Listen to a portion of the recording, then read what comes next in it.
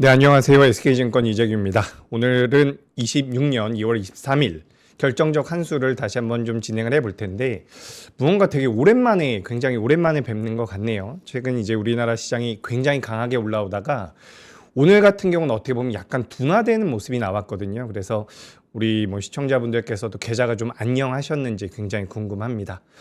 전반적으로 봤을 때는 그래도 오늘 상승 종목 수가 좀 더 많았거든요. 그래서 체감이 나쁜 시장은 아니었는데 요즘에 이제 우리 시장이 워낙 좋았다 보니까 좀 재미없게 느껴졌을 수도 있겠다라는 생각이 좀 들었습니다.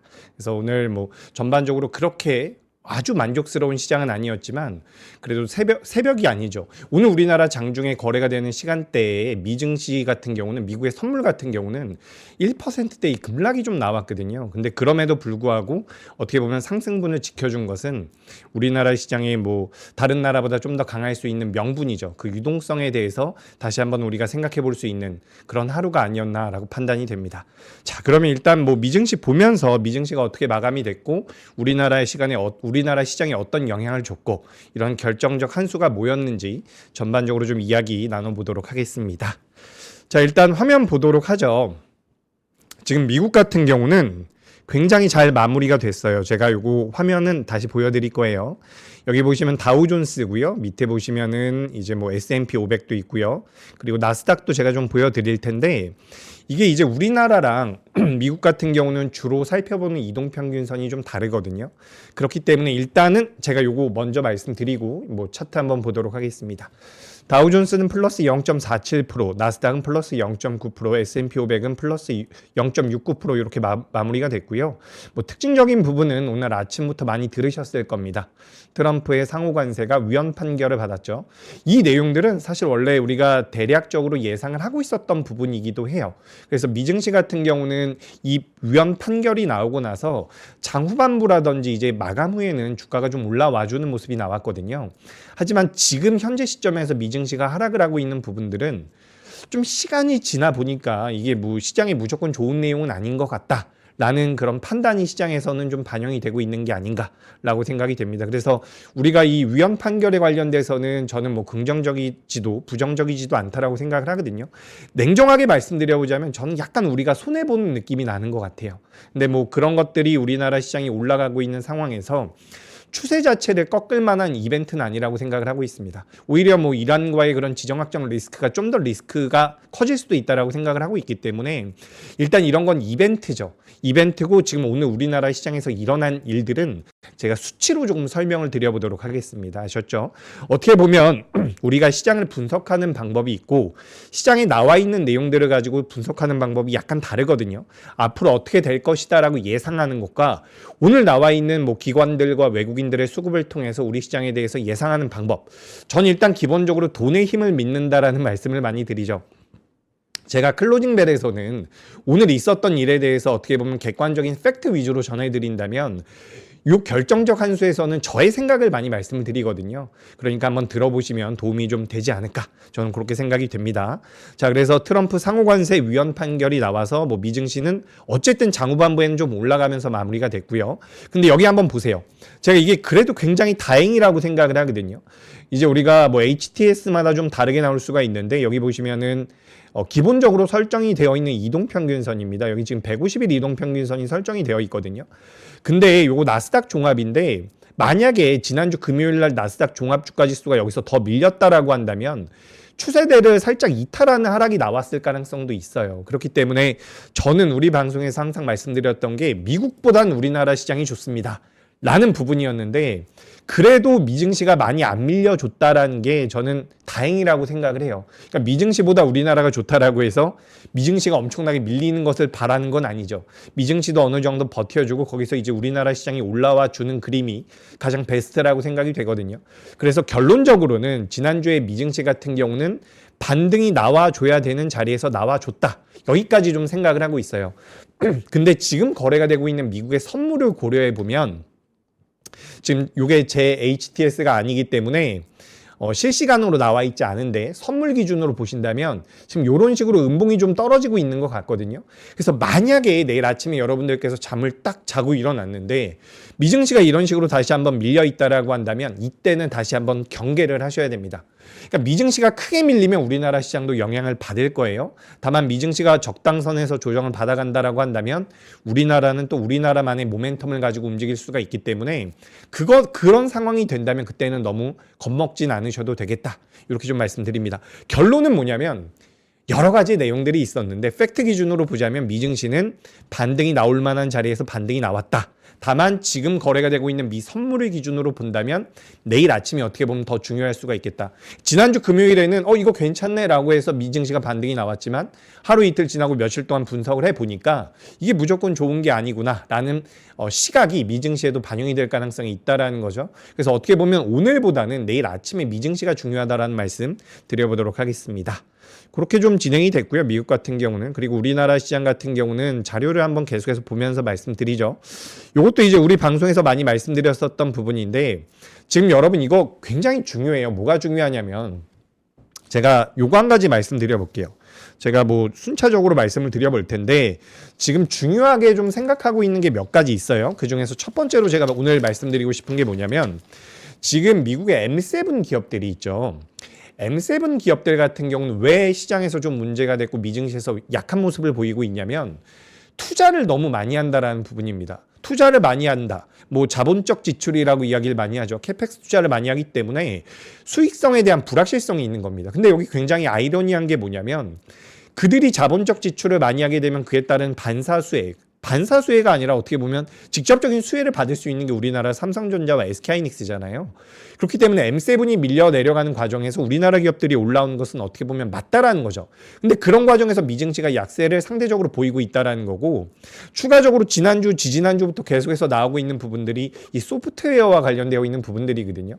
우리나라 소프트웨어 관련주라고 한다면 뭐 네이버와 카카오를 많이 떠올리시겠지만 실제로 미국에 상장되어 있는 소프트웨어 기업들이 피해를 받는 것만큼 우리나라 기업들이 피해를 받을까라고 한다면 그게 또 아니라는 거죠. 그러니까 기본적으로 M7이 밀리는 과정에서 우리나라 기업들이 수혜를 받는 거고 해외 증시 같은 미증시 같은 경우 소프트웨어 기업들 같은 경우도 많은 캐파를 차지하고 있기 때문에 우리나라 시장이 좋을 수 있다라는 겁니다. 그래서 우리가 그걸 전체적으로 정리를 한번 해보면 어떤 결론이 나오느냐. 미증시 같은 경우도 우리가 스토리지라고 하죠. 메모리 반도체 기업들 같은 경우는 주가 흐름이 우리나라 기업들과 비슷합니다. 그러니까 지금 미증시 같은 경우는 어떻게 보면 우리나라보다 약세를 보이고 있는 것이 섹터의 문제라고 볼 수 있는 부분도 있다라는 거죠. 근데 제가 이 자료를 띄워놓고서 말씀을 안 드렸는데 이 자료도 이제 우리 방송에서 많이 말씀드렸던 것 같아요. 이게 유럽과 미증시라고 보시면 좋을 것 같거든요. 항상 유럽과 미증시 같은 경우는 성장주를 가치주로 나눴을 때 주가가 이런 식으로 같이 동행을 하는 모습들이 나왔어요. 근데 여기 진하게 표시되어 있는 게 뭐냐면 미증시입니다. 미증시 같은 경우 여기 보시면 아시겠지만 성장주들이 굉장히 가파르게 올라왔거든요. 2023년도부터. 근데 이 이격도는 좁혀질 가능성이 높다라고 보시는 게 좋아요. 그래서 지금 같은 경우도 뭐 최근에 뭐 새벽에 마감된 지난주 금요일 날 마감된 미증시 같은 경우는 성장주가 어느 정도 반등을 해줬지만 다우존스가 좀 더 좋은 모습들을 보여줬다라는 거죠. 그래서 시장의 흐름이 좀 변할 수 있다라는 말씀을 드립니다. 이거 중요해요, 여러분. 요즘에 우리나라 시장 자체가 어떻게 보면 묻지도 따지지도 않고 그냥 올라가잖아요. 정말 강하거든요. 저는 이렇게 강한 시장을 본 적이 없어요. 물론 우리가 그동안 겪어보지 못했었던 삼성전자와 SK하이닉스의 EPS 상향치, AI라는 트렌드 안에서 우리나라 기업들이 받을 수 있는 수혜들을 반영을 해본다면 이 정도로 올라가는 게 맞다라고 저도 생각을 하고 있습니다. 산술적으로. 하지만 너무 강하다라는 거죠. 오늘 우리나라 종합주가지수 코스피 기준으로 0.6% 올라왔거든요. 그럼에도 불구하고 이거 좀 재미없다라고 느껴질 만큼 지금 도파민에 많이 절여져 있는 그런 시장이라고 저는 생각을 하거든요. 이런 시장일 때일수록 우리가 이제 현실적으로 지금 투자를 분들이 어떤 생각을 할지에 대해서 고민을 해볼 필요가 있는 겁니다. 제가 여러분들께 오늘 말씀드리고 싶은 게 여기서 어떻게 보면 출발을 할 수 있을 것 같아요. 그게 뭐냐면 저는 어쨌든 객장에 있잖아요. 이제 회사에 있으면은 많은 분들이 찾아오십니다. 그래서 이 찾아오시는 분들이 지금 시장에 대해서 어떻게 생각하고 계신지를 제가 귀담아 들을 수가 있는 부분이고 고액 자산가 분들이 어떤 쪽에 대해서 관심을 갖고 있는지에 대해서도 저는 계속해서 이야기를 듣기 마련이거든요. 그래서 지금 시장을 보면은 많은 분들이 저한테 그런 이야기를 하세요. 시장이 너무 좋은데 그래서 저렴한 게 뭐야? 그래서 지금 매수할 수 있는 게 뭐야? 오히려 요즘에는 고액 자산가 같은 분들은 제가 경험해본 바로는 고액자산가분들 같은 경우는 포트폴리오에 대한 이 자산 분배 속도가 굉장히 빠르거든요. 그러니까 빠르다라는 게 무슨 이야기냐면 제가 만약에 지금 반도체가 너무 좋다라고 생각을 해서 반도체를 담고 있으면 이미 이분들 같은 경우는 반도체에서 수익이 많이 났다라는 거예요.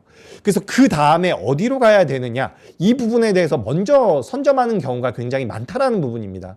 그렇기 때문에 저는 이제 고액자산가 분들을 만나거나 뭐 법인 회장님들이나 이런 분들 만날 때에는 이분들이 지금 무슨 생각을 하는지를 굉장히 많이 고민을 하거든요. 스마트 머니가 움직인다라고도 우리가 표현을 할 수가 있어요. 그래서 무슨 생각을 할까라고 요즘에 많이 귀담아 들어보면 갑자기 채권 투자를 하시겠다라는 분들도 많고요. 갑자기 코스닥을 보겠다라는 분들도 많고요. 그동안 시장에서 부각되지 않았었던 갑자기 식음료 기업들을 보겠다라는 분들도 많이 계시거든요. 제가 그렇기 때문에 여러분들께서도 지금 채권 투자를 하셔야 되고요. 식음료를 하셔야 되고요. 반도체를 하시면 안 되고요. 이렇게 말씀드리는 게 아니라 무언가 변화가 먼저 조금씩 나타날 수 있다는 부분입니다. 아셨죠? 그래서 그 부분을 한번 말씀을 드리고 싶고 전반적으로 오늘도 우리나라 코스피가 굉장히 견조했고요. 코스닥 같은 경우는 조정을 좀 받았습니다. 근데 저는 개인적으로 지금 코스닥이 조정을 받는 것은 앞으로 향후 시장의 흐름에 따라서 좀 달라질 수도 있겠지만 전 오히려 매수의 기회가 될 수 있다고 보여져요. 이 부분에 대해서는 추가적으로 한번 말씀을 드려볼게요. 그리고 이제 뉴스로 제가 넘어가서 설명을 한번 드릴 텐데 우리나라 시장도 제가 한 번만 보면서 말씀드려보도록 하겠습니다. 제가 여러분들께 제가 지금도 기억이 나요. 우리 결정적 한수를 처음 시작한 날이 이날이거든요. 요거 우리나라 코스피입니다. 요날 제가 첫날 방송하면서 이날 우리나라 사이드카 발동했어요. 매도 사이드카 발동해가지고 제가 여기서는 우리 경계해야 됩니다라고 말씀드렸거든요. 그리고 그 다음날 요렇게 올라와서 제가 의견을 바꿨죠. 그러면 지금부터는 분할 매수입니다. 그래서 요날 밀렸을 때도 제가 매수라고 말씀드렸거든요. 그리고 나서 그 이후로는 제가 우리 시장에 대해서 부정적인 말씀을 드린 적은 없어요. 계속해서 이제 올라갈 가능성이 높다라는 말씀 드리면서 기대 수익률을 많이 가져가야 된다라는 말씀을 드렸거든요. 그래서 당시에도 이제 삼성전자와 SK하이닉스가 굉장히 좋은 모양새를 만들면서 지금도 좋은 모습을 보여주고 있죠. 삼성전자 같은 경우도 계속해서 서프라이즈가 나올 가능성이 높다라는 이야기 나오고 있고 SK하이닉스도 많이 올라오는 그런 과정인데 제가 그때 이제 당부드렸었던 것은 뭐 NH투자증권이라든지 KB금융 같은 KB금융 같은 은행주나 뭐 NH투자증권 같은 이런 증권주를 좀 보셔야 됩니다라는 말씀을 많이 드려왔었어요. 그러니까 제가 말씀드렸었던 내용이 맞다라는 게 아니라 여러분들께서 시장에 참여를 하면서 이 시각을 넓힐 필요가 있다라는 거죠. 지금 금융주들이 어떻게 보면 반도체보다 지난 한 달 동안 더 많이 올라왔거든요. 그런데 앞으로 한 달 동안도 더 많이 올라갈 종목이 우리나라 시장에 있을 가능성이 높다라는 겁니다. 왜냐하면 유동성이 공급이 되고 있기 때문에. 그래서 제가 이번에는 유동성에 대해서 한번 말씀을 드려볼게요. 자, 화면 보면서 말씀드려 보도록 하겠습니다. 자, 일단 가장 큰 이벤트였죠. 가장 큰 이벤트, 뭐 상호관세 위법 판결인데 이건 사실 저는 잘은 모르겠어요. 잘은 모르겠습니다. 많은 내용들이 시장에 나오고 있죠. 제가 주말에는 뉴스를 봤을 때 뭐 우리나라에 굉장히 긍정적일 수 있다라는 내용이 나왔는데 전 그것도 아닌 것 같아요. 중립 정도로 보는 게 맞지 않을까라고 생각이 되거든요. 그래서 이제 이 내용은 이제 뉴스가 나왔고 제가 보니까 앞에 뭐 클로징 벨이라든지 이런 코너에서 많이 다룬 것 같더라고요. 그래서 이 내용들은 좀 간단하게 우리가 좀 넘어가 보죠. 다만 이 내용은 하나 가르쳐 드리고 싶어요. 그게 뭐냐면 지금 뭐 상호관세가 위법이 돼서 트럼프 정부에서 많은 것들을 환급을 해줘야 된다라는 이야기들이 있습니다. 그로 인해서 미국의 재정이 악화될 수 있다라는 얘기들이 가끔씩 들리는데 여러분 그건 아닐 가능성이 높아요. 굉장히 시간이 오래 걸릴 가능성이 높기 때문에 우리가 일단 이 내용들이 미 증시에 굉장히 부정적인 영향을 미칠 가능성은 일단 낮다라고 보시는 게 맞다. 저는 이렇게 생각을 하고 있습니다. 그리고 추가적으로 다른 뭐 301조라든지 232조라든지 세금을 부과할 수 있는 여러 가지 루트들이 있어요. 트럼프가 이걸 준비해 놨을 가능성이 높거든요. 그래서 어떤 내용들이 나올지 여부는 우리가 좀 봐야 되고 가장 중요한 것은 그 안에서 우리나라 반도체 기업들, 자동차 기업들 수익성이 어떻게 만들어지는지 여부겠죠. 결국에 그래서 오늘도 그에 따라서 수혜를 받을 수 있는 기업들의 주가 흐름은 어느 정도 견조하게 나왔고요. 반대로 이제 피해를 받을 것 같은 뭐 일부 화장품 기업들 같은 경우는 또 밀림이 나왔거든요. 근데 그거는 우리 시장의 전반적인 흐름을 바꿀 만한 내용은 저는 아니었다라고 생각을 해요. 만약에 전반적인 시장 자체의 흐름을 바꿀 만한 내용이었다라고 한다면 저는 환율이 변했을 가능성이 높다라고 보여지거든요. 제가 지금 여기 환율에 대해서 검색을 좀 해보면 지금 환율 같은 경우도 어느 정도 안정화가 되고 있는 부분들이 있습니다. 환율 같은 경우도 보시면 아시겠지만 지금 1442원대에서 거래가 되고 있거든요. 환율이 가파르게 튀지 않았다라는 것은 시장에 대해서 너무 부담을 느끼지 않으셔도 된다라는 명분이 될 수 있다라는 거고, 추가적으로 최근에 우리 시장에서 굉장히 특징적, 우리 시장뿐만 아니라 우리 시장이 아니죠. 정확히는 미국에서 굉장히 제가 특징적으로 보고 있는 부분들은 미국의 장기 금리 자체가, 채권 금리가 굉장히 안정화되고 있다라는 부분이에요. 미국의 채권 금리가 안정화되고 있고 하락 안정화되고 있다라는 것은 업종 기준으로 봤을 때 우리나라에는 어디에 도움이 되냐면 바로 제약 바이오에 도움이 된다라는 부분입니다. 그래서 오늘 같은 경우도 제약 바이오가 전반적으로 오늘 뭐였죠? 삼성 에피솔딩스도 좋은 모습이 나왔던 것 같거든요. 6.5% 정도 올라왔네요. 결국엔 제약 바이오 쪽으로도 좀 자금이 넘어가는 거. 근데 제가 이거 제약 바이오는 잠깐 뺄게요. 제약 바이오 말씀드린 건 제가 빼고, 가장 중요한 포인트는 뭐냐면 지금 미국에서 뭐 트럼프가 관세에 대해서 위헌 판결을 받았고 뭐 이란과의 그런 지정학적 리스크가 있지만 여기에 대해서 분석을 하는 것은 정치학자라든지 뭐 외교 전문가들이 하는 부분이겠죠. 저 같은 경우는 어디에 대해서 생각을 하느냐, 환율이 오르느냐, 미국의 채권 금리가 올라가느냐 내려가느냐에 대해서 저는 포커스를 맞추거든요. 지금 전반적인 흐름을 보자면 환율 같은 경우도 안정화가 되고 있고 미국의 채권 금리 같은 경우도 안정화가 되고 있다는 거죠.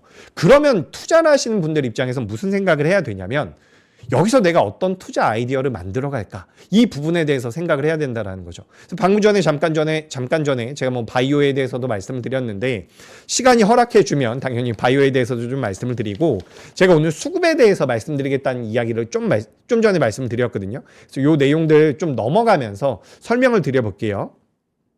자, 여기 보시죠. 환급은 굉장히 까다롭고 복잡하기 때문에 비용과 시간이 많이 소모된다라는 부분. 근데 이게 또 중요합니다. 요즘에 여러분들 방송 많이 보시면 그런 이야기들 많이 들으실 거예요. 시장의 유동성이 풍부하다. 유동성이 풍부하다라는 이야기를 정말 많이 들으실 거거든요. 저도 그랬잖아요. 제가 객장에 있으면 유동성이 정말 풍부합니다. 그동안 주식 매매를 안 하셨대요. 저는 제가 시장에 굉장히 오랫동안 참여를 하고 있었기 때문에 대한민국의 모든 투자자분들이 모든 분들이 주식 투자를 한다라고 생각을 하고 있었어요. 근데 정말 신기하게도 얼마 전부터 20대이신 분들께서 20대, 30대 친구들, 그러니까 저보다는 그래도 굉장히 젊은 친구들이죠. 20대, 30대 친구들이 와서 저한테 나는 주식을 아예 모르니 차장님이 좀 거래를 대신해 주십시오. 이렇게 저한테 요청을 하세요. 그럼 제가 거래를 대신해 드리진 못하기 때문에 조언은 드리겠습니다라고 말씀을 드리거든요. 그러니까 이게 무슨 이야기냐면 지금 20대와 30대 같은 경우는 어떻게 보면 정보의 바다이지 않습니까? 우리나라가. 정보를 정말 쉽게 접할 수도 있는데 그런 분들 중에서도 주식 투자에 대해서 아직까지 어색하고 처음 접하는 분들이 많다라는 거예요. 그런 분들이 시장에 참여를 하는 현재 시점에서 우리나라 시장의 고객 예탁금이 올라가고 있고요. 자금이 많이 들어오고 있다는 부분들 분명히 굉장히 큰 메리트거든요. 근데 지금 화면을 한번 보도록 하겠습니다. 자, 여기 보시면 유동성과 글로벌 증시에서의 국장, 제가 우리나라가 좋을 거라는 말씀을 정말 많이 드렸어요. 여전히 그렇게 말씀드리고 있어요. 사실 지난주 금요일에 미증시가 더 밀렸다라고 한다면 제가 더 강력하게 말씀을 드렸을 텐데 뭐 미장도 하시는 분들이 많기 때문에 제가 미장에 대해서 부정적으로 말씀드리는 건 아닙니다. 근데 그것도 있어요. 미국 증시는 S&P 500 중에서 M7 제외하고 나머지 기업들을 보시면요, 주가 흐름이 그렇게 나쁘지 않습니다. 오히려 M7들이 그 나머지 493개의 종목을 발목 잡고 있다는 생각도 저도 좀 들거든요. 근데 어찌됐건 간에 미증시 같은 경우도 지난주에 좀 반등을 했다라는 이야기. 다만 오늘 밀리면 미증시 또 위험해질 수 있습니다. 근데 어쨌든 중요한 것은 우리나라로 또 돌아와서 지금 우리나라 여기 한번 보도록 하죠. 연초부터 지금까지 오늘 제가 아침에 계산을 해보니까 코스피에 대한 외국인들의 매도가 17조예요. 대한민국 증시 외국인들이 그렇게 주도한다라고 하는데 17조를 매도했지만 우리나라 시장 연초 대비 30% 40% 넘게 올라갔거든요. 그리고 기관 순매수가 6.5조 6조 5천억 정도가 들어왔습니다. 근데 여기서 포인트는 뭐냐면 이거예요. 지금 코스피에 대해서 금융투자 자금이 12조가 들어왔습니다. 잘 보세요. 기관이 6.5조를 매수했는데 금융투자가 12조를 매수했어요. 나머지 기관들은 5.5조를 매도했다라는 뜻이죠. 여기 밑에도 한번 보도록 하겠습니다. 코스닥 어때요? 기관이 10조를 매수했는데 금융투자가 12조를 매수했습니다. 나머지 기관들은 2조를 매도했다라는 뜻이죠. 이 금융투자 뭐예요, 여러분? ETF 자금이라고요. 이거 개인 투자자분들의 자금일 가능성이 굉장히 높거든요. 그렇기 때문에 제가 지금 유동성이 풍부하다라는 거 굉장히 긍정적이고, 다만 여기에 대해서 우리가 생각을 해볼 부분은 개인 투자자분들의 자금이 일단 들어왔다라는 거예요. 그렇다면 우리가 어떤 생각을 할 수가 있느냐? 이거죠. 여기서 더 올라가려면 뭐가 필요할까? 개인 투자자분들이 올려 사면 더 올라갈 수 있겠죠. 근데 또 반대로 생각을 해보면 외국인들이 매수해주면 또 우리나라 시장이 올라갈 가능성이 높습니다. 그래서 저는 단기적으로 우리나라 시장이 고점이 나오려면 외국인들이 우리나라 시장이 좀 강력하게 매수에 들어오는 시점이 될 가능성이 높다라고 보여지거든요. 오늘도 전반적으로 보시면 우리나라 시장이 나쁘지 않았어요. 나쁘지 않았는데 체감은 좋지가 않았거든요. 외국인들이 코스피에서는 1조 매도를 했고요. 코스닥에선 1,000억, 2,000억 정도를 매수를 해줬거든요.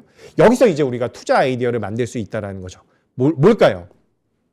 바로 코스닥 쪽으로 자금이 들어올 가능성이 어느 정도 있다는 겁니다.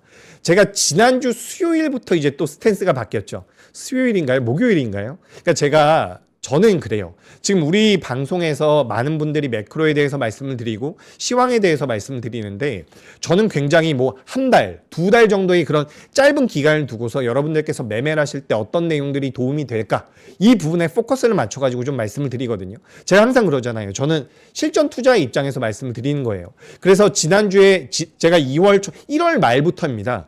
제가 1월 말부터 여러분들 코스닥보다는 코스피가 좋을 것 같습니다라는 말씀을 드려왔어요. 1월 말부터. 제가 기억을 하고 있는 게 1월 말부터 그랬던 것 같아요.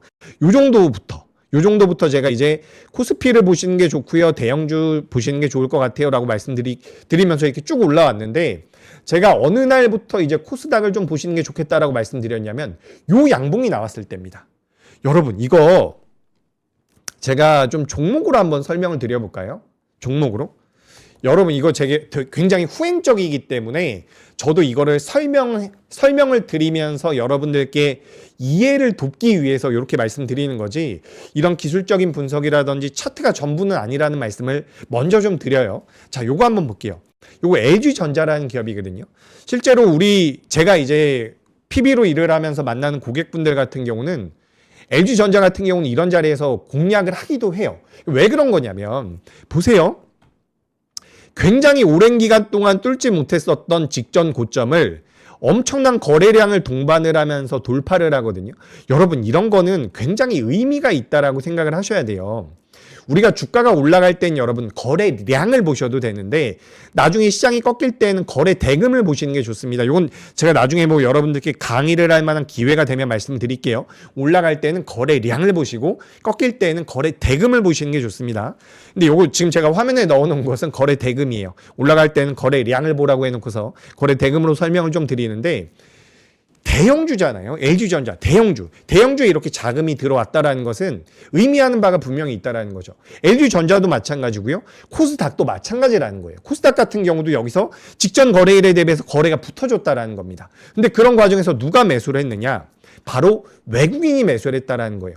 그렇다면 제가 아까 전에 뭐라 그랬죠? 여기 지금 외국인들이 1조 매수를 해줬거든요. 근데 이날 보시면 기관도 1조를 매수를 해줬어요. 이거 잘 안 보이는데 지금 2026년도 2월 19일 날 외국인과 기관이 둘 다 1조 500억, 1조 700억을 매수했거든요. 근데 제가 아까 전에 뭐라 그랬어요? 우리 시장에 유동성이 공급이 되고 있습니다. 근데 그 유동성의 정체는 ETF입니다. 근데 그 ETF는 개인 투자자분들의 자금일 가능성이 높습니다. 더 중요하게 상승할 수 있는 명분이 되려면 외국인들이 들어와야 됩니다. 근데 외국인들이 들어오려면 환율이 지금 안정이 되고 있고 금리가 인하가 되고 있기 때문에 채권 금리가 안정이 되고 있기 때문에 자금이 들어올 만한 여건이 형성이 되고 있습니다. 근데 어때요? 지난주에 코스닥 쪽으로 외국인들의 자금이 들어왔다라는 거예요. 외국인들의 자금. 물론 지금 코스닥 같은 경우는 제가 보수적으로 말씀드렸을 때 어떤 주장을 폈냐면, 여러분 2025년도에 우리나라 코스닥에 상장되어 있는 전체 기업들의 영업이익이 10조 정도가 돼요. 10조. 지금 우리나라 삼성전자, SK하이닉스가 한 분기에 30조를 벌어들이니 40조를 벌어들이니 이런 이야기를 하고 있는데, 코스닥 상장사들의 영업이익을 전부 다 더하면 1년 기준으로 10조밖에 안 된다고요. 그렇기 때문에 코스닥보다는 코스피가 좀 더 좋을 겁니다라는 말씀을 제가 드렸거든요. 근데 제가 굉장히 속물같이 말씀드리고 있는 내용이 뭐죠? 저는 돈의 흐름을 믿습니다. 저는 저의 분석보다 돈의 흐름을 믿는다는 거죠. 그게 뭐예요? 거래 대금. 외국인들이 어떤 식으로 매수에 들어왔느냐에 대한 부분이죠. 그렇다라고 한다면 지금 코스닥 같은 경우는 외국인들의 자금이 분명히 의미 있게 들어오기 시작을 했다라는 겁니다.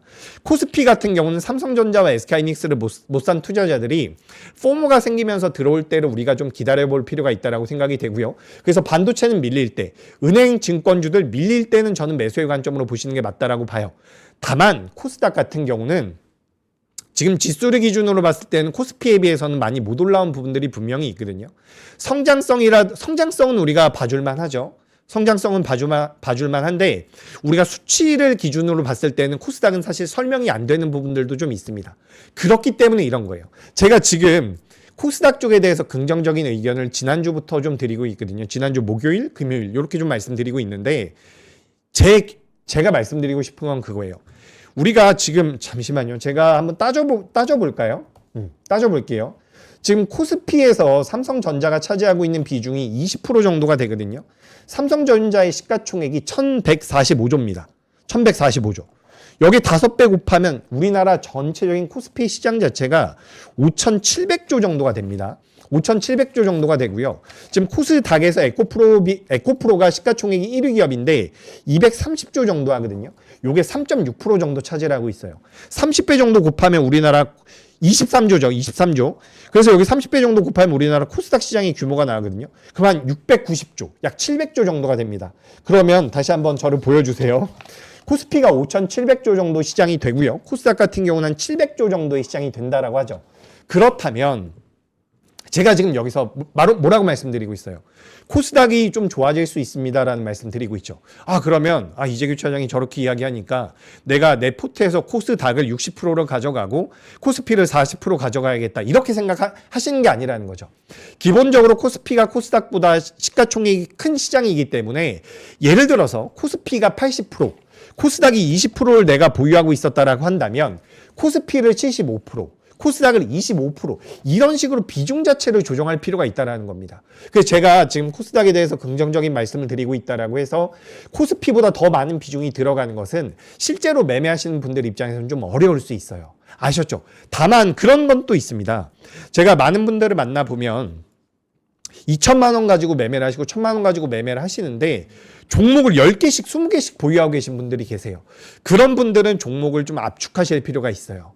이런 것은 어떻게 보면 매매하시는 데 있어서 팁이 될 수가 있으니까 말씀을 드리는 부분이고, 저는 일단 지금 코스닥에 대해서 계속해서 좀 이제는 좀 보셔도 좋겠습니다라고 말씀드리는 것이 유동성, 그리고 외국인들이 자금이 좀 들어왔다라는 부분들, 여기에 환율이 안정화되고 있다라는 부분. 근데 여기서 만약에 제가 내일 아침에 딱 자고 일어났는데 환율이 1,460원까지 올라갔어요. 1,470원까지 올라갔습니다.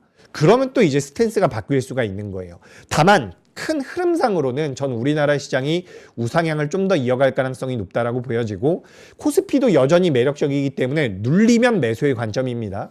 하지만 지금 매수한다라고 본다면 오히려 코스닥 같은 경우는 가격적인 부담은 좀 덜하지 않을까. 제가 아까 전에 말씀드렸잖아요. 그 스마트머니라고 할 수 있는 자금, 자산 배분을 좀 빠르게 가져가시는 분들 같은 경우도 최근에는 코스닥 쪽에 대한 관심도가 굉장히 높아지고 있거든요. 그래서 제가 이제 방송에 나와가지고 이제 코스닥이 많이 올랐습니다, 이렇게 말씀드릴 때쯤이면 이미 수익이 났을 가능성도 높아요. 그러니까 이런 말씀을 제가 미리 좀 안내 드리니까 그런 시장으로 좀 시장을 보시는 게 어떨까라고 말씀드리고, 이거는 제가 실제로 이제 주식 투자하시는 분들 입장에서 한 가지 말씀드리고 싶은 게 또 있어요. 제가 오늘 뭐 시장에 대해서도 말할 게 많은데 제가 방송이 매일매일 있는 게 아니기 때문에 하고 싶은 말이 너무 많더라고요. 요거 하나 말씀드리고 싶어요. 여러분, 잘 생각을 해보세요. 반도체가 지금 굉장히 많이 올라갔어요. 그죠? 코스피가 정말 많이 올라갔습니다. 근데 그거보다 더 많이 올라간 종목들도 있어요. 이건 실제로 매매하시는 분들께 제가 어떻게 보면 심심한 위로의 말씀을 드리고 싶은 거거든요. 예를 들어 가지고 우리나라 삼성전자 말고 우리 종합주가지수를 한번 이야기를 해보죠. 종합주가 지수가 정말 무슨 테마주처럼 이렇게 상승을 하고 있는데 이게 우리나라 코스피의 연봉입니다. 연봉을 보시면 우리나라 코스피가 38%가 올라갔거든요. 38%? 근데 이걸 딱 보시면 다수의 개인 투자자분들이 어떤 생각을 하시냐면 내가 만약에 1억을 가지고 매매하고 있었다라고 생각을 해봐요. 그러면 내가 38% 시장이 올라갔으니까 내가 1억 3,800만 원이 됐겠네라는 생각을 많이 하세요. 정말 그렇게 하신다니까요. 예를 들어 가지고 삼성전자가 100% 올라왔다라고 한번 해보죠. 그럼 1억 가지고 주식 매매하시는 분들은 내가 저거 매매했으면 1억 수익이 났겠다라는 생각을 하세요. 진짜로. 근데 여러분 그거 아니에요. 제가 어떤 말씀을 드리고 싶은 거냐면 삼성전자를 이 한 종목만 매수하지는 않는단 말이에요. 그죠? 제가 우리 고객분들 같은 경우는 굉장히 운이 좋게도 한화솔루션이라는 기업을 굉장히 좋은 수익을 만들어 드렸어요. 한화솔루션 같은 경우는 1월달, 2월달에서 삼성전자보다 더 많이 올라왔거든요.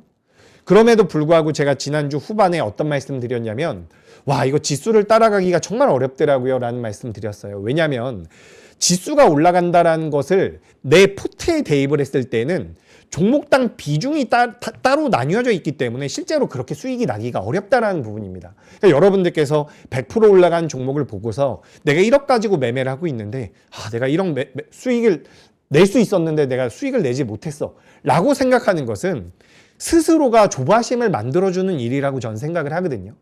여러분 그 뉴턴이라는 과학자 아시죠? 뉴턴 맞나요? 그 물리 법칙 만든 사람. 1법칙, 2법칙 만든 분 같은 경우도 주식 투자해가지고 손실 났다라고 해요. 왜냐하면 조바심이 나고 인간의 광기를 내가 광기를 계산할 수 없었다라는 이야기를 했었어요. 그만큼 시장이라는 것은 굉장히 어려운 거거든요. 그렇기 때문에 여러분들께서 지금 시장에서 나오는 내용대로 고지고대로 믿지는 마시고 다만 매매는 하시고 지금 시장은 좋은 시장입니다. 너무 좋은 시장인데 이 말씀을 드리고 싶은 거예요. 옆에서 주가가 100% 올라갔다라고 하니까 너무 부러운 거예요. 너무 부러워서 막 따라가는 거죠. 근데 그렇게 생각하시면 안 된다라는 거예요. 여러분, 적금보다 몇 배 더 좋은 수익을 낼 수 있는 시장이 현재 우리나라 시장입니다. 그렇기 때문에 심리적으로 좀 부담을 덜고 조바심을 좀 덜어주셨으면 좋겠다라는 거예요. 이 말씀 꼭 드리고 싶었거든요. 그러니까 수익이 너무 많이 났다라고 생각을 하니까 내 친구가 배가 너무 아파하는 것 하더라고요. 그래서 제가 이 말씀 한번 드려봅니다. 그래서 실제로는 비중이 나뉘어져 있다. 비중이 나뉘어져 있기 때문에 고지고대로 믿을 필요는 없다. 이 말씀 드리고 싶고. 그래서 이제 화면 계속해서 보도록 하죠. 자, 지금 화면 보시면 이거 뭐예요? 신국, 이머징 국가의 수익률입니다. 한국이 우리나라 이머징 국가에서 비중 자체가 16% 정도 나오고 있거든요. 그러니까 이 이머징 국가에 자금이 들어오고 있다라고 보시면 좋을 것 같아요. 이머징 국가로 자금이 들어오고 있기 때문에 우리나라 시장이 매력적이란 말씀 계속해서 드리고 있고, 실제로 여기도 한번 보세요. 가장 우측에 보시면 진하게 표시되어 있는 부분이 있죠. 요겁니다. 요거 계속해서 자금 들어오고 있다라는 건데, 보세요. 우리나라 사람들도 유동성을 공급을 해주고 있죠. 개인 투자자분들. 고객 예탁금도 많이 들어오고 있다라는 부분, 거기다 외국인들도 들어오고 있다라는 부분. 외국인이 들어온 것은 매크로가 붕괴가 되면 깨질 수 있어요. 그리고 우리나라 ETF 자금이라든지 개인 투자자분들의 자금, 이건 그냥 좀 조심하시라고. 지레에 겁먹지 않으셔도 되는데 미리 말씀드려보자면 우리 ETF 자금 같은 경우는 약간 그 수급 자체가 탄탄하진 않을 수 있어요. 제가 이 이야기는 몇 차례 말씀드렸거든요. 그러니까 예를 들어가지고 아침에 6시에 7시에 미국에서 예를 들어서 이란을 공격했다라고 한번 해봐요. 이란을 공격했습니다. 아침에 경제 뉴스를 딱 봤는데 미증시 급락, 블랙 먼데이가 블랙 먼데이 물음표 이렇게 막 붙으면 투심이 굉장히 불안하잖아요. 그럴 때에는 또 ETF 자금은 쭉 나갈 수도 있어요. 그러니까 그런 장단점이 있다라는 거죠. 근데 어찌됐건 간에 현재까지 나오고 있는 팩트를 보자면 우리나라 자금도 풍부하고 외국인들 자금도 우리나라 시장에 들어오고 있다는 부분, 이 부분을 좀 체크를 해보시면 현재 우리나라 시장이 여전히 매력적일 수 있다는 말씀 드려봅니다. 그리고 일단 요거는 많이 보여드렸었던 부분인데, 제가 회사에서 이렇게 공유가 되고 있는 글로벌 매크로적인 자료들이 많이 있거든요. 근데 제가 그거를 밖으로 반출을 못해요. 반출을 못해가지고 저 혼자 보고 마는데, 지금 해외 뱅크 오브 아메리카 같은 큰 그런 IB 말고도 다른 자산 운용사라든지 자문사라든지 해외에 있는 기업들 같은 경우도 대체적으로 신흥국 쪽에 대한 포트 비중을 늘리고 있는 상황이거든요. 그렇다라고 한다면 우리나라 시장 쪽으로는 자금이 이건 어떻게 보면 패시브 자금이 들어올 가능성도 있다라는 겁니다. 근데 거기에서 환율이 또 안정이 되고 있다라는 부분까지도 좀 이렇게 좀 엮어가지고 좀 보시면 저는 우리 시장의 메리트가 계속해서 좀 부여될 수 있지 않을까 이렇게 좀 말씀드려봐요. 그리고 뭐 전반적으로 하이퍼스케일러 투자 규모도 제가 좀 준비를 해봤는데 자금이 들어오고 있다라는 부분 요것도 좀 말씀드려볼게요.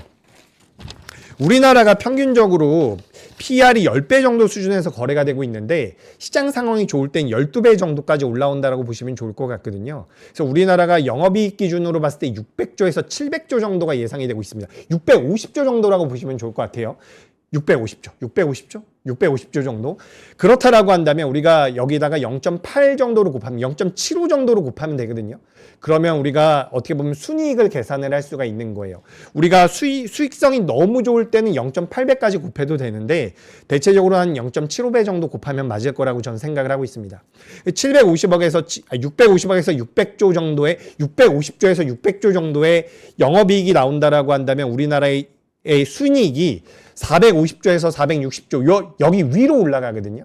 근데 지금 화면에 나와 있는 것은 10배 수준까지만 체크가 되어 있는 거기 때문에 여기서 20% 정도 상방이 열려 있다라고 한다면 주가 상승 여력은 7,000포인트까지 열려 있다라는 거예요. 그래서 그 부분 좀 말씀드리고 싶고요. 전반적으로 말씀드렸고 그리고 2월 달에 수익률이 부진했는데 이것도 한번 보시죠. 그동안은 2월 달에 시장 자체에서 시장에서 보시면 역사적으로 2월달 코스피 같은 경우는 부진한 수익률을 보였는데 지금 올해 2월달 같은 경우는 상대적으로 견조했기 때문에 지금부터는 속도 조절에 들어갈 가능성도 있다라는 말씀. 하지만 그 속도 조절이 나오고 주가가 밀려 내려올 때는 매수의 타이밍으로 볼 수도 있다라는 부분입니다. 시간이 별로 없네요. 제가 이것도 한 가지 좀 말씀드려볼게요. 자, LG전자 잠깐만 봐볼게요. LG전자 말고 우리 요즘에 증권주들 많이 보니까 증권주 한번 말씀드려볼게요. 제가 시간이 좀 필요할 수 있다라는 말씀을 드렸잖아요. 2월 달에 전반적으로 우리나라 코스피가 좀 약세의 모습을 보이는 게 기존의 모습이었는데 올해는 나름대로 견조했기 때문에 3월 달에는 조정이 좀 나올 수 있다. 이 말씀을 드렸는데 조정이 나오는 방법은 크게 두 가지가 있다라고 보시면 돼요. 당연한 소리 하고 있다라고 생각을 하실 수가 있는데 주가가 이렇게 밀려 내려오면서 밑에 있는 이동평균선과의 이격도가 좁혀지는 방법이 있고요. 또 한 가지는 주가가 옆으로 눕는 거죠. 주가가 옆으로 계속해서 횡보를 하면 여기 밑에 있는 이격도가 이평선이 이렇게 위로 올라오거든요. 위로 올라오게 되면 그 이격도 이평선이 주가를 또 밀어 올리기도 합니다. 그렇기 때문에 두 가지 방법이 있다라는 거예요. 첫 번째는 주가가 내려와서 조정을 받는 가격 조정이 있다라는 거고 두 번째로는 기간이 옆으로 기면서 기간 조정에 들어가는 기간 조정이 있다라는 거거든요. 근데 지금 우리나라 시장을 강하게 이끌어왔었던 코스피 대형주들 같은 경우는 저는 기간 조정에 들어갈 가능성이 높아 보여요. 가격 조정에 들어가도 매수의 기회라고 보고 있고 기간 조정에 들어가더라도 매수의 기회라고 생각을 한다. 전 요 말씀을 좀 드리고 싶어요. 그 명분은 어쨌든 지금 미국의 시장 자체가 어느 정도 안정화가 되고 있다는 부분 요 말씀 좀 드리고 싶고요. 그리고 또 한 가지 이제 말씀드려보도록 하겠습니다. 계속해서 한번 말씀드려볼게요. 밑으로 내려가면서 그리고 오늘 조선주들, 방산주, 제약바이오 전반적으로 주가 흐름이 굉장히 좋았거든요. 돈을 믿으세요, 여러분. 거래 대금을 믿으시면 돼요. 우리가 작은 기업들이라든지 내재 가치가 현저히 떨어지거나 시장의 분위기가 안 좋을 때는 거래 대금이 터지는 게 무조건 좋은 게 아니에요. 제가 예전에 이런 말씀도 드린 적이 있어요. 어느 정도 주가가 많이 올라가 있는 상태에서 거래 대금이 많이 붙으면 저는 거기는 단기 고점이라고 생각을 하거든요. 제가 신한지주 그렇게 말씀드렸던 것 같은데요. 신한지주가 이제 여기서 거래 대금이 많이 붙어가지고 여기 이렇게 한번 보도록 하죠.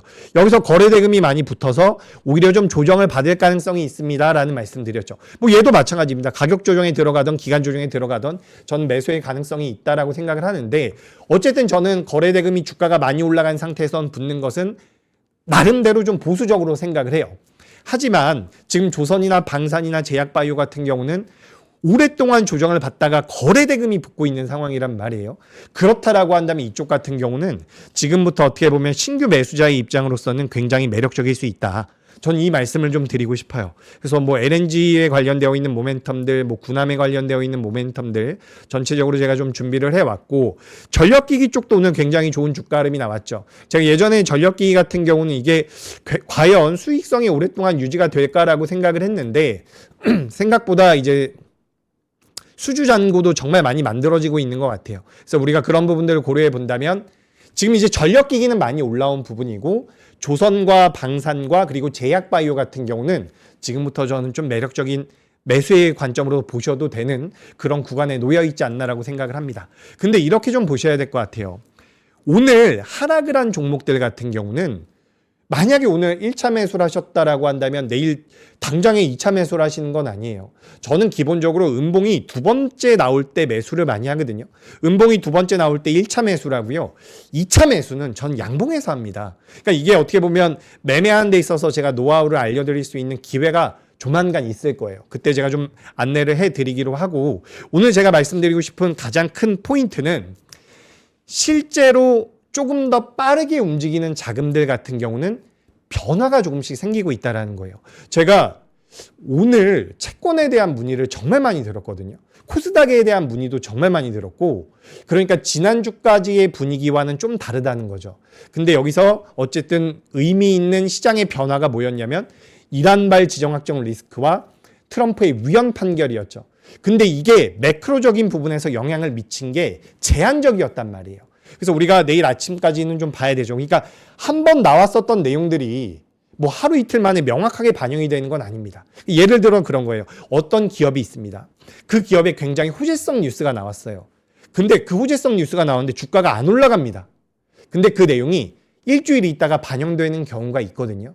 매크로도 마찬가지예요. 그래서 우리가 지난주에 나왔었던 내용들이 지금 온전하게 반영이 됐다라고 보긴 어렵지만 그래도 환율과 미국의 채권 금리를 봤을 때는 지금 우리나라 시장에 완전히 부정적인 부분은 없다. 그렇기 때문에 코스피의 대형주들은 밀렸을 때는 매수의 관점이고 지금 코스피가 8이고 코스닥이 2였다라고 한다면 코스닥을 조금 더 담아볼 명분이 된다. 왜냐? 외국인들이 지난주에 매수를 해줬기 때문에. 다만 이쪽 같은 경우는 수익성이 따라오지 않기 때문에 초보 투자자분들 같은 경우는 너무 공격적으로는 하지 않는 것도 하나의 방법이 될 수 있다. 전 이렇게 좀 말씀드리고 싶습니다. 그래서 지금부터 올라가는 종목들을 좀 보세요. 기대 수익률. 내가 5% 수익 내겠다라고 예상이 되는 종목과 20% 정도 올라갈 수 있겠다라고 생각되는 종목이 있다면 여기를 80%, 여기를 20% 매매할 필요가 있다는 거죠. 그래서 오늘 제가 뭐 실질적으로 매매하시는 분들 입장에서 여러 가지 말씀드렸는데 도움이 좀 됐길 바라고요. 제가 이 코너를 진행하면서 많은 분들께서 좀 요청을 하셨다라고 해요. 감사하게도. 그래서 제가 이번 주부터는 월수금 3회 결정적 환수를 진행하게 됐거든요. 그래서 많이 참여해 주시고 많이 시청해 주시고 그리고 성공 투자하시고 전 이렇게 인사드리면서 오늘 물러나도록 하겠습니다.